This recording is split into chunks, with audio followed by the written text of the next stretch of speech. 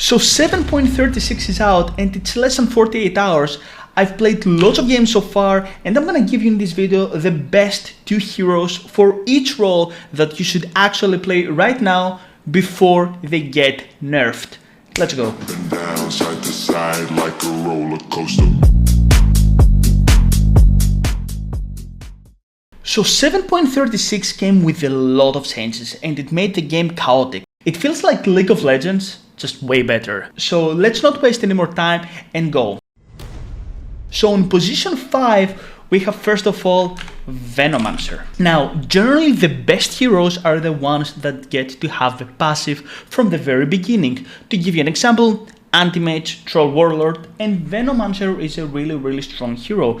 You get to have first of all Poison Sting on level 1. This is your innate ability. I'm not really sure if I pronounced it correctly, but I don't care. So on level 1 you have a double slow, you have Poison Sting, and you have Venomous Gale. So if you haven't played a lot of Dota lately or in the very beginning of the patch, the meta is just like this and I'm pretty sure of that. You win your lane and then you snowball and then you close games 20, 25, 30 minutes in. Period. This is how Dota always worked and this is how Dota works even more right now that we don't really know what's going on. So what do you expect?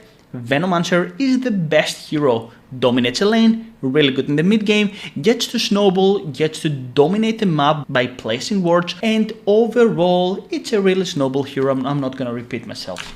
The second hero you should play as position 5, well, you're in the best channel, so what surprise, we have Crystal Maiden.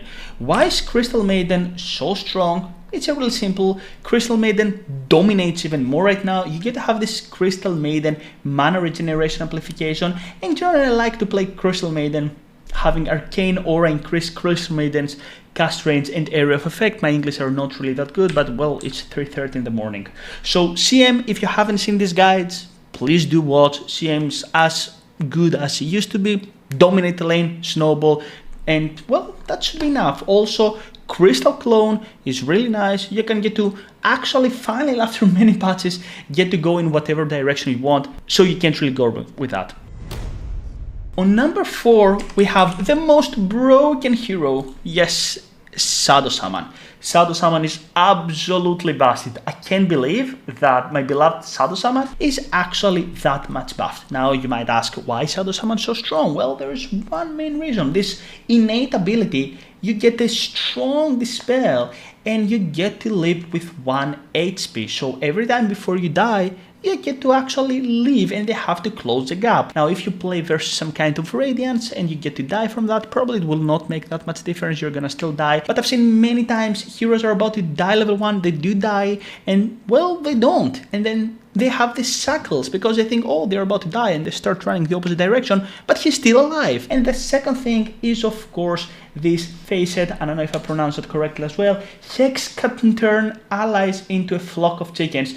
So what does this simply mean? It means that you can get to hex your allies, applying a basic dispel, and make them immune for 0.1 second. What does it simply mean? It simply means that you can get to cancel Finch Grip because you make them for a moment untouchable, right? So invulnerable. So Finch Grip, you can get to mess up with everything and it's insane. It's actually insane, right? Of course, you can get to play Shadow Shaman on position 5, but you know, let's put him on position 4 for the more greedy players.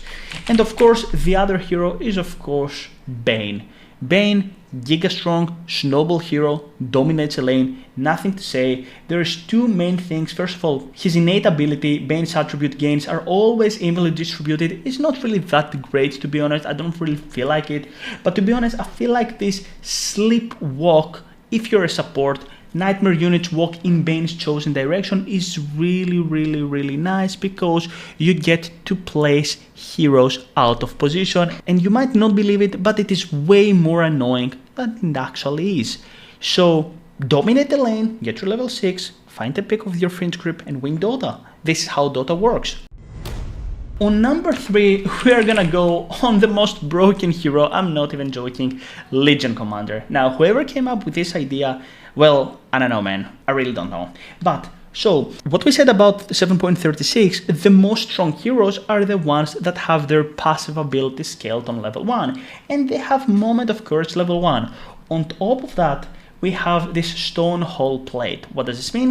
It means that overwhelming odds grants an all damage barrier based on the damage it deals to enemy heroes. Simply, you start with 2 spells, and your first spell that deals a gajillion damage gets to also give you a barrier. Yes, that's actually really strong. So what happens with Legion Commander? You start with 2 spells, you dominate the lane, and pretty much that's it. I've seen pretty much every game it's picked or banned, so definitely start playing Legion Commander. It's a fairly simple hero. Phase boots, maybe double bracer, depends on your situation, blade mail, blink dagger, and you're good to go. You can pretty much stomp everything, and make sure you're gonna win your lane, which to be honest, it's not really that hard. The second offlaner that I really want to discuss, that he could also be a mid laner, is Night Stalker. Now, why is NS so strong? Well, first of all, during the night, Night Stalker health rate and regeneration is increased by 40%. This means that if you get a double bracer on the offlane and you get to have something like a tango, you pretty much heal a lot. And most importantly, you get to actually nest. And most importantly, you go for the option that the game now starts at night instead of day. Yes, right now, what happened is that in the very first 5 minutes, it is nighttime. So what does this mean? It means that you get to have your passive and the strength of Void in the laning stage. To be even more simple, get your spells by level 2 and then run them down. You can also play NS in the mid lane, and that's not really a big problem because you can still get to dominate the mid lane or do even fine. And you might think, oh Jeff, I'm gonna gank at minute 6, minute 7. It's okay, you're gonna have your ultimate by then. And that's pretty nice, so I wouldn't really worry that much about that. On position 2, we have Templar Assassin.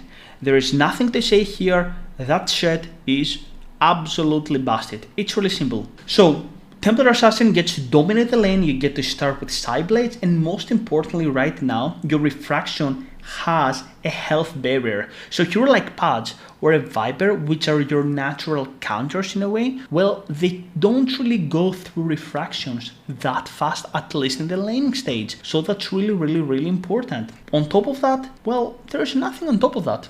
Dominate the lane, farm like insane, get your Dragalons, get your Desolator, get your Shard, get your Dagger, get your Shan, and the game, 25 minutes in, period. I see TA every single game. I'm actually bored of watching TA and Legion Commander every game. On position 1, we have 2 heroes. The first one is Lifestealer.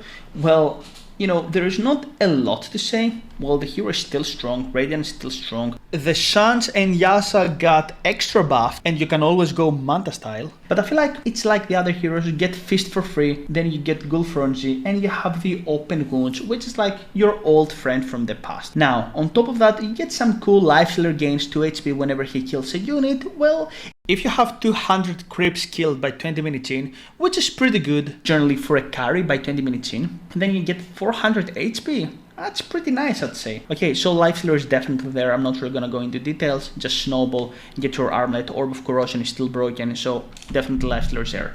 And the other hero I'm really falling in love with is actually Weaver. Yes, why is Weaver so strong? Geminate attack, level 1, again. And you get to have some really good talents. I like the Swarm gains experience when the Swarm beetles attack heroes. I like this talent a lot, but Sukuchi movement set increases and slows enemies when passing through them is also a really nice option. Depends what you like. I think that going for the first one is more of a carry build, but if you're like in low ranks, I would just go for the Swarm because, well, to be honest, low rank people just don't really care about bags. Some honorable mentions I really want to mention is Dawnbreaker. Yes, I think Dawnbreaker is really nice, mainly because Celestial Hammer can be really fun, you know, in a sense that when you throw the hammer, it actually heals everyone around him. So if you get an axe, it can be like really cool. And I have some success with this hero generally. And of course, Sand King. I think Sand King is also in a really nice spot, mainly because he gets to start with this Caustic Finale, and he gets a new ability, Stinger, which is in reality, it's a Caustic Finale that you get to apply in reality, like an AoE in a small area. I think Sand King can also be a mid laner. I think he's really cool. We just need to figure out how the hero is going to get played. And there is going to be a lot of experiments with the hero, but we're gonna find out how this hero is gonna work. There are a lot of theories, and I'm leaning towards mid lane Sand King. Anyways, I'm super excited. The patch is going so well for me, right? So well for me. And feel free to shoot down in the comments. What are your thoughts? Tell me if I missed everything, even though I really doubt that. But share your thoughts. I'm more than happy to answer all your comments. GG Raza, and I'll see you on the next video.